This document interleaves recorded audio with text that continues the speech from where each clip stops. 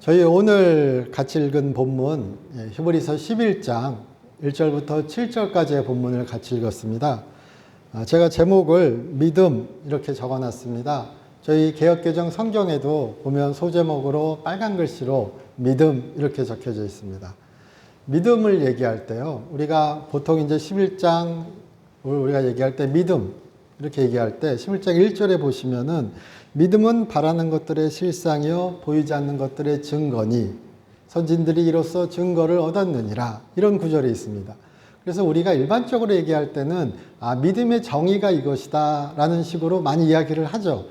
그러나 실제로 히브리서 11장의 이야기는 믿음이란 무엇인가라기보다 믿음은 무엇을 하는가, 믿음은 어떻게 표현되는가, 믿음을 가지고 뭘 할 건가, 오히려 이것에 대해서 많이 이야기합니다.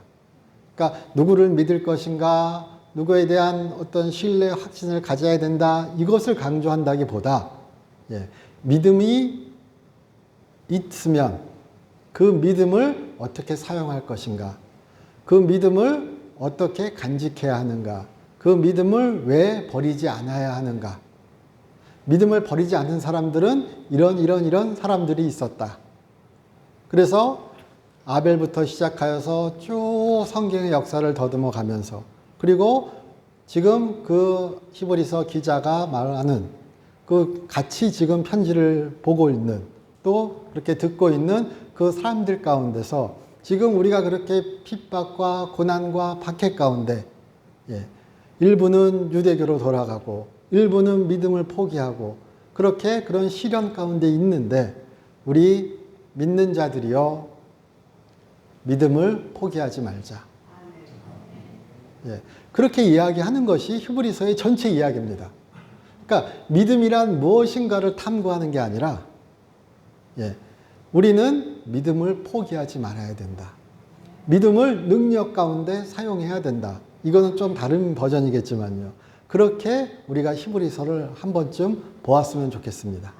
그리고 오늘 나누고자 하는 말씀도 그렇게 믿음은 어떤 방법으로 어떤 방향으로 표현되어야 하는가, 그리고 믿음은 포기되지 말아야 한다, 그리고 믿음의 경주를 인내로서 소망으로서 담대함으로써 그렇게 끝까지 나아가자. 이것이 오늘 우리가 나누고자 하는 히브리서 이야기의 어떤 중심 주제라고 볼 수 있을 것 같습니다. 그러니까 인생은 길죠. 인생은 마라톤 같죠. 근데 마라톤, 우리가 경주를 한다 그럴 때 솔직히 그렇습니다. 우리 세속적인 말이라기보다는 좀 저희가 좀 가볍게 얘기하면 1등만 기억하는 XX한 세상이죠. 그런데 그래서 1등 이렇게 얘기하지만요, 지나고 보면 1등도 분명히 좋습니다. 그러나 끝까지 가는 게 중요하죠. 포기하지 않는 게 중요하죠.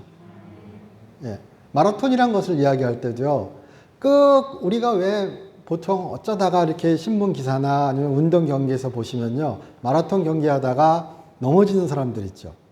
혹은 이렇게 뭐 어떤 여성이나 이런 뭐 다른 약한 분이 마라톤 경기하다가 막 쓰러졌다가 막 걷다가, 아마추어 마라톤 경기 보면요, 끝까지 막 마라톤 완주하는데 반나절 이상, 한나절 이상을 그냥 끝까지 해서 결국 나중에 그냥 터벅터벅 걸어가지고 통과하죠.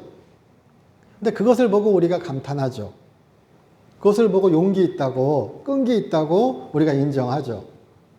히브리서의 지금 오늘 우리의 이야기는 그런 끈기 있는 자, 믿음을 버리지 않는 자, 그렇게 경주를 포기하지 않는 자에 대한 이야기입니다.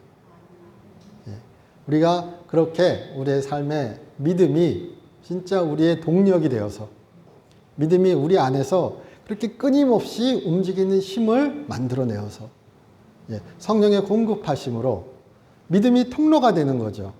믿음이 수단이 되는 거죠. 그래서 영어 성경에서는 by faith, 믿음으로. 그럼 믿음을 어떻게 사용할 것인가, 믿음으로 뭘 할 것인가, 포기하지 말기를, 그리고 그 길을 완주할 수 있기를 주님의 이름으로 축원합니다. 결국 고난을 또 어려움을 진짜 그렇게 유혹을 이기는 그런 힘은, 그리고 수단은 주께서 우리에게 허락하시고 우리가 그것을 소중히 간직하는, 그리고 우리가 그렇게 성장시키고 키워나가는 믿음이 될 수밖에 없을 것입니다. 예. 우리 그 유명한 말씀 있죠. 겨자씨 한 알만한 믿음이 있으면, 그렇죠? 산을 옮길 수 있고. 예. 근데 그것은 믿음이 큰 작용을 하는 것이 아니라 하나님이 그 겨자씨만한 작은 믿음을 사용하신다는 얘기죠. 우리 다르게 얘기하면 그렇습니다. 내 믿음이 작아도, 내 믿음이 적어도 하나님이 내 믿음을 사용하신다는 신뢰가 있고, 하나님이 내 믿음을 사용하신다는 그런 확신이 있고, 그리고 그렇게 그에게 기도할 수 있는 믿음으로 나아갈 수 있는 용기가 있다면 하나님은 그 믿음을 사용하신다고요. 그래서 믿음이 적은 자들이여 얘기할 때는요, 그렇게 하나님을 신뢰하지 못하고, 혹은 그렇게 의지하지 못하고, 혹은 그렇게 용기 있게 나가지 못하고, 하나님께 구하지 못하는, 또는 그렇게 하나님께 나아가지 못하는 제자들의 모습을 보고 예수께서 말씀하신 거죠. 예. 그러니까 이 신뢰와 확신과 용기가 또한 믿음의 다른 특성이 되기도 하는 거죠. 믿지 않으면 기도할 수 없죠. 우리가 이제 저희 금요 철야 예배도 우리 막 기도하실 때 보면요, 기도 소리만 들어도 정확하진 않지만, 아, 간절하시구나. 아, 믿음 좋으시구나. 아, 진짜 하나님 앞에 진짜 목숨을 걸고 구하시는구나. 느끼죠? 잘 모르는 우리도 느끼는데 중심을 보시는 하나님은 얼마나 아시겠어요? 그러니까 기도는 믿음의 표현인 거죠. 그러니까 믿음을 잘 나타내는 방법, 믿음으로 무엇을 하는가? 기도하는 거죠. 그렇게 얘기할 수 있는 거죠. 안 그러세요? 예.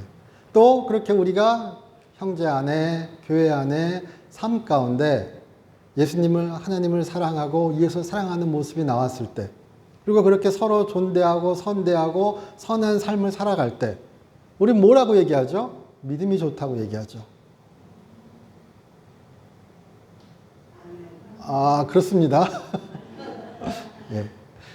믿음이 선한 모습으로, 그렇게 예수 그리스도의 모습으로 나타나죠. 포함되죠. 내 믿음을 그렇게 사용하는 거죠. 그렇게 얘기하는 거죠. 그러니까 아, 믿음이 뭘까 열심히 고민하지 마시고요. 예. 믿음을 열심히 사용하시기를 주님의 이름으로 축원합니다. 예. 우리가 오늘 예배를 시작할 때 제가 히브리서 10장 36절 한번 이렇게 같이 보겠습니다. 35장 히브리서 10장 35절 36절 말씀을 제가 읽었습니다. 그러므로 너희 담대함을 버리지 말라. 이것이 큰 상을 얻게 하느니라. 너에게 인내가 필요함은 너희가 하나님의 뜻을 행한 후에 약속하신 것을 받기 위함이라. 그리고 그 앞에 구절에는 너희가 그렇게 핍박과 박해와 너희 재산상의 손해와 그런 여러 곤란과 그런 가운데도 너희 잘 견뎌내고 이겨내고 승리하지 않았느냐. 그런 너희의 담대함을 버리지 말라.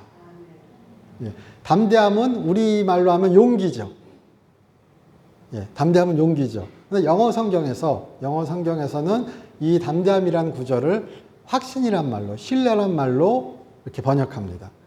그리고 그리스어 이 헬라어 성경, 실제 헬라어 원문 성경에서는 이 담대함이란 표현보다는 확신이란 표현, 신뢰라는 표현으로 조금 더 사용되는 단어입니다. 그러나 이 신뢰는, 확신은 우리가 그런 거죠. 아무리 신뢰하고 있어도 눈에 보이지 않죠. 자, 한번 딴 예를 들어볼게요. 복권? 예. 요즘 복권이라는 표현 안 쓰죠. 로또? 예. 아니면 주택 없죠? 예. 무슨 연금 복권 맞나요? 예. 어쨌든 그 복권을 사실 때는 일말의 기대가 있지요. 그 기대가 있으니까 복권을 사시죠. 예. 용기가 필요하죠. 예. 그래서 복권이 될 거라는 일반의 기대는 약간의 신뢰입니다. 복권을 사는 것은 용기가 필요하죠. 그게 담대함으로 나가는 겁니다. 예. 너무 미약해서 감이 안 오세요? 예. 우리가 복권이 될지 안 될지 아무리 약한 신뢰하지만 거의 신뢰하지 못하죠. 솔직히요. 그래도 용기 있게 사죠. 그러나 내가 하나님께 구원이 있고 예수에게 구원이 있고 이 길이 승리의 길이란 것을 아신다면 그것이 비록 보이지 않더라도 그것이 비록 먼 미래의 일이라도 용기 있게 나갈 수 있죠. 그래서 우리 성경에서는 담대함을 버리지 말라라고 번역합니다. 신뢰는 그렇게 확신은 또 용기와 결부됩니다. 보이지 않는 길을 가야 하니까요. 그래서 너희가 포기하지 말아라. 인내로서 그렇게 경주하면 하나님께서 큰 상을 주실 것이다. 그래서 우리 교회에서 얘기하는 견인이란 이야기를 할 때 견인은 다른 것이 아니라 견디고 인내하는 겁니다. 자동차 견인이 아닙니다. 제가 자주 말씀드리죠. 견인차는 끌어당기죠. 그러나 우리가 교회에서 얘기하는 견인은 하나님의 신실하심을 믿고 하나님이 나를 구원해 주신 그 약속을 믿고 내가 세상의 삶 가운데서 내 믿음을 지키고 인내하고 평생을 통하여 경주하는 것. 넘어지더라도 걷더라도 경주를 포기하지 않고 끝까지 결승선까지 가는 것. 그게 견인입니다. 그래서 왜 개혁교회에서 그렇게 끊임없이 성도의 견인을 강조할까요? 유혹이 많고 우리는 죄 가운데 우리가 비록 의인이라 불리지만 죄 가운데 유혹 가운데 그렇게 많은 좌절 가운데 곤란 가운데 아픔 가운데 우리가 있습니다. 그러므로 성도에게 견인은 반드시 요구되는 덕목이죠. 히브리서에서도 가장 중점되게 강조하는 덕목이 견인입니다. 견디고 인내하고 이갈리죠.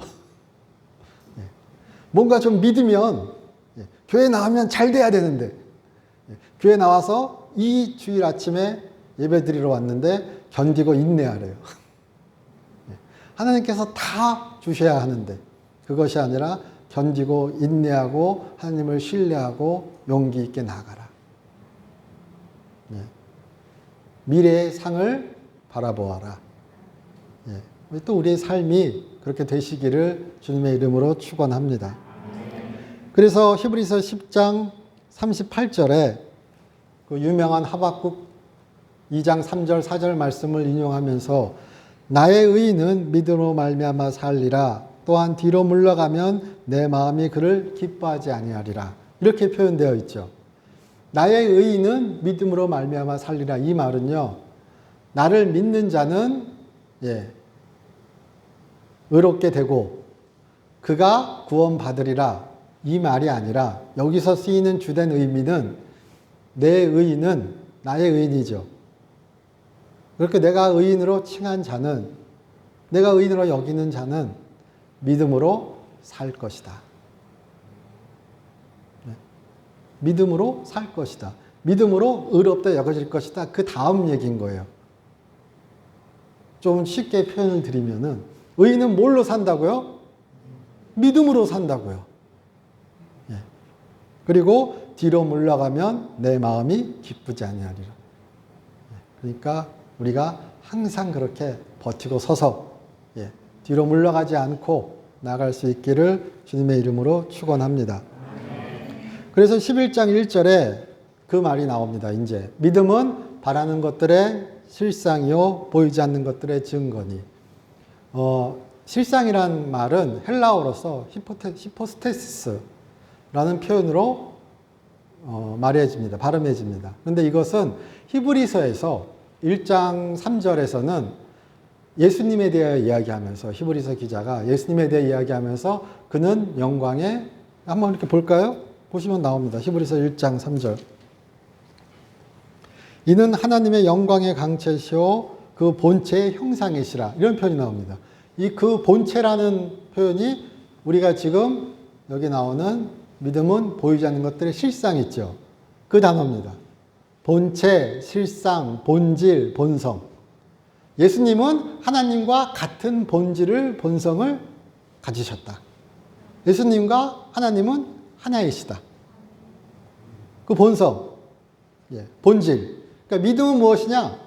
그렇게 실체를 갖는, 실상을 갖는, 그렇게 세상 가운데서 실체를 갖는, 실상을 갖는 그런 믿음은 소망하는 것의 실상이다. 본질이다. 본체다. 그래서 영어에서는 substance란 말로 표현되는, 그렇게 이야기할 수 있는 것으로 우리가 볼 수 있습니다. 그러니까 뭐를 얘기하는가? 믿음은 확신이나 신뢰라기보다 믿음은 실체가 있다. 보이는 것을, 그렇게 바라는 것을 나타나게 하는 힘이다. 현실 가운데 소망을, 그렇게 바라는 것을 현실 가운데 나타나게 하는 힘이, 동력이, 수단이 믿음입니다. 하나님이 그 믿음을 사용하시니까요. 그리고 내가 그 믿음을 통하여 하나님에 대한 사랑을, 이웃에 대한 사랑을 표현하니까요. 그래서 믿음은 실체가 있습니다. 바라는 것의 표현이 바로 믿음에 의해서 나타납니다. 이해되시죠? 그리고 우리가 보통 믿음 얘기할 때 확신, 신뢰를 얘기합니다. 그건 또 히브리서에 나옵니다. 3장 14절에, 히브리서 3장 14절에 그렇게 한번 이렇게 근처 보시니까요. 근처 보시면은 3장 14절에 우리가 시작할 때 확신한 것을 끝까지 견고히 잡고 있으면, 이렇게 나오죠. 똑같은 단어입니다. 그러니까 똑같은 단어가 1장에서는 본체로, 3장에서는 확신으로 쓰였습니다. 그러니까 11장 1절에서 확신으로 해석하는가, 본체로 해석하는가 나뉘겠죠. 그래서 영어 성경의 대부분은 본체로, 확신으로 해석하고요. 우리 개역개정은 본체로 해석합니다. 실상으로. 그런데 아까 제가 말씀드렸듯이 히브리서 11장은 믿음의 표현에 대해서 강조하는 거죠. 그러니까 신뢰하는 것보다 더 강조되는 것은 믿음이 어떻게 표현되는가, 어떻게 나타내는가, 믿음의 본질은 무엇인가. 믿음은 바라는 것을 보이게 하고, 바라는 것을 있게 하고, 그리고 보이지 않는 것들의 증거다. 증거는 나타나는 거죠. 믿음은 증언돼야 되죠. 믿음은 증거돼야 되죠. 그거 얘기하는 겁니다. 믿음은 신뢰다, 믿음은 확신이다 얘기하는 게 아니라요. 그래서 우리가 그렇게 히브리서 11장 본문을 보실 때, 내 삶에서 이렇게 믿음의 선진들처럼, 우리가 믿음의 영웅들이라고 얘기하는 이 사람들처럼 우리 삶 가운데도 믿음이 끊임없이 표현될 수 있기를 주님의 이름으로 축원합니다. 11장 3절입니다. 믿음으로 모든 세계가 하나님의 말씀으로 지어진 줄을 우리가 아나니. 여기서도요, 믿음으로 알 수 있대잖아요. 그러니까 믿음을 어떻게 사용하느냐죠.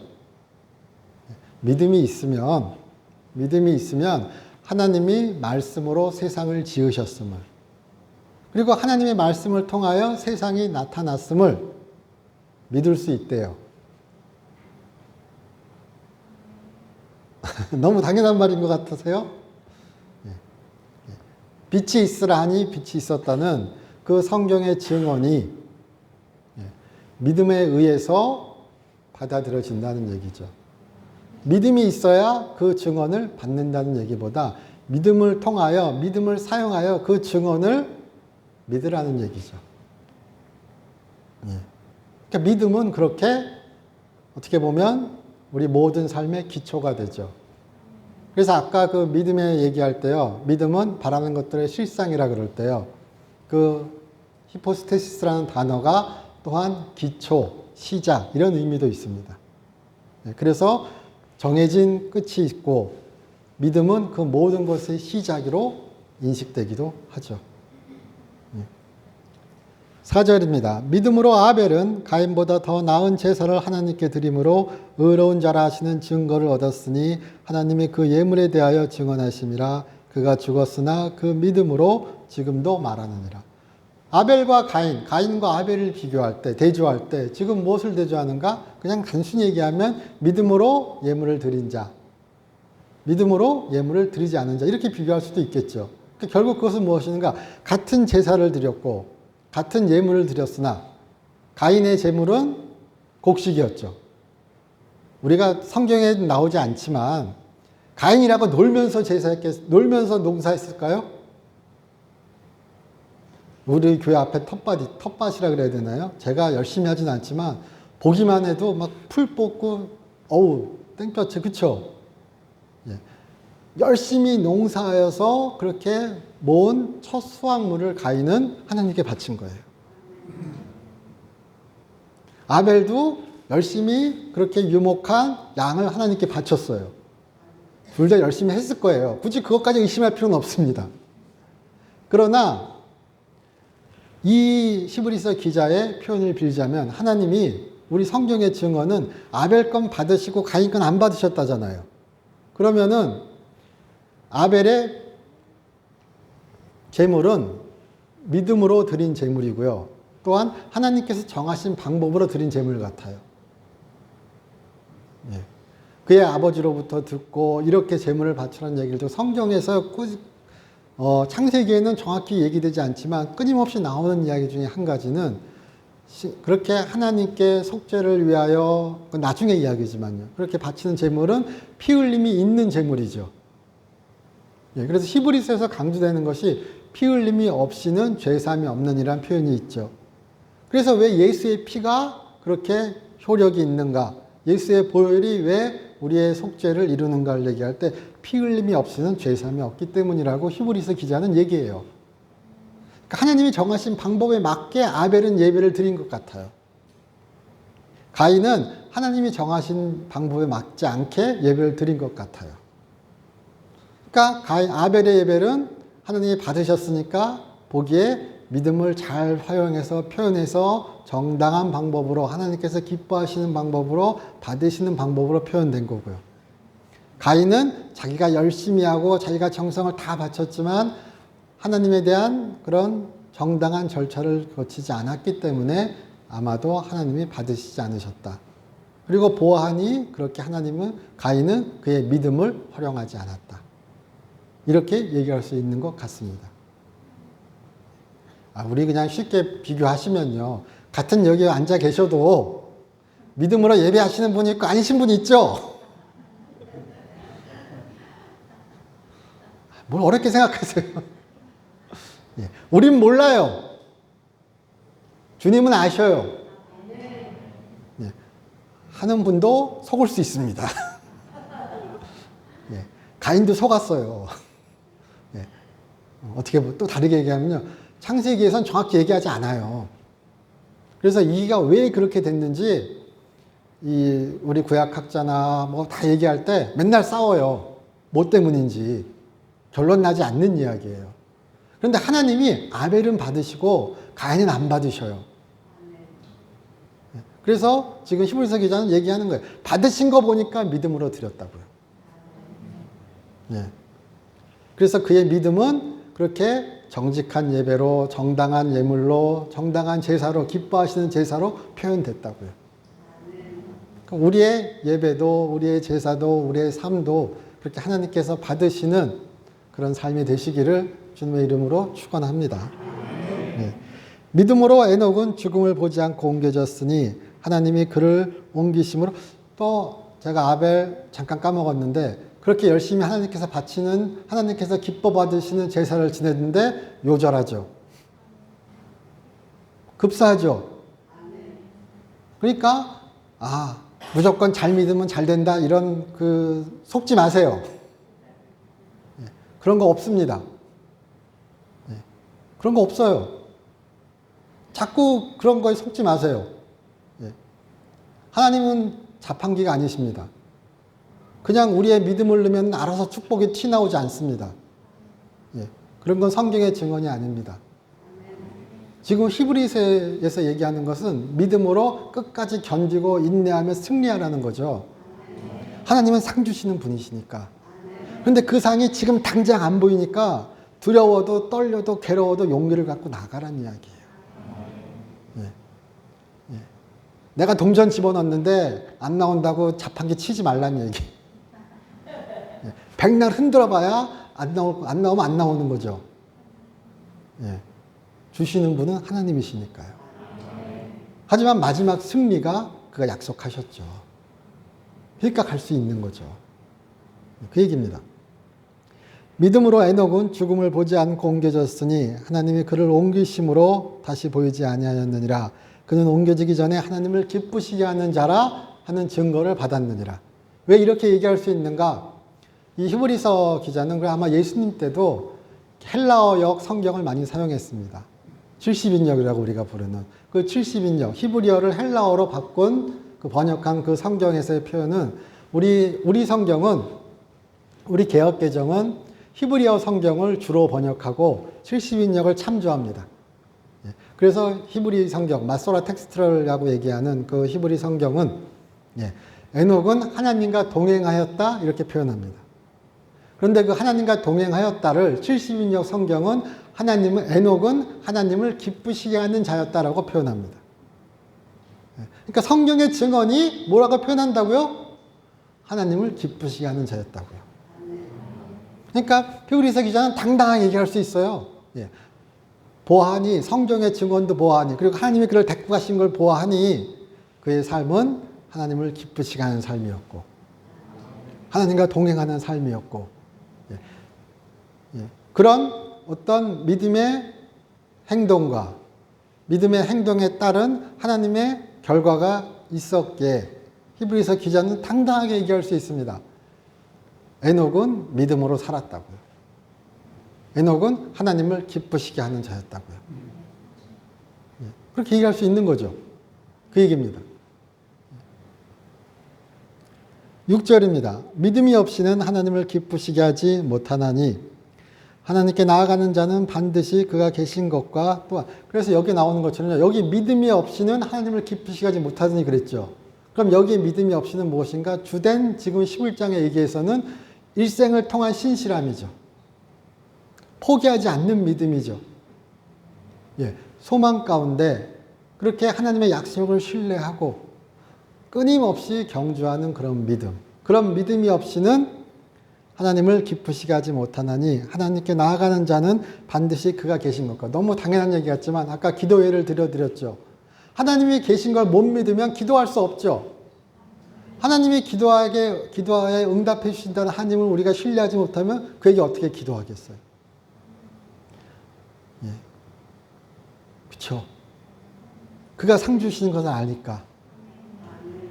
그러나 종종 대답 없기도 하시죠. 그래도 용기 있게 목숨 걸고 기도해야죠. 그 얘기입니다. 그래서 용기가 필요합니다. 담대함이 필요합니다. 인내가 필요합니다. 째깍째깍 답이 팍팍팍팍 꽂히지 않습니다. 하나님이 계신 거 알아요. 체험해요.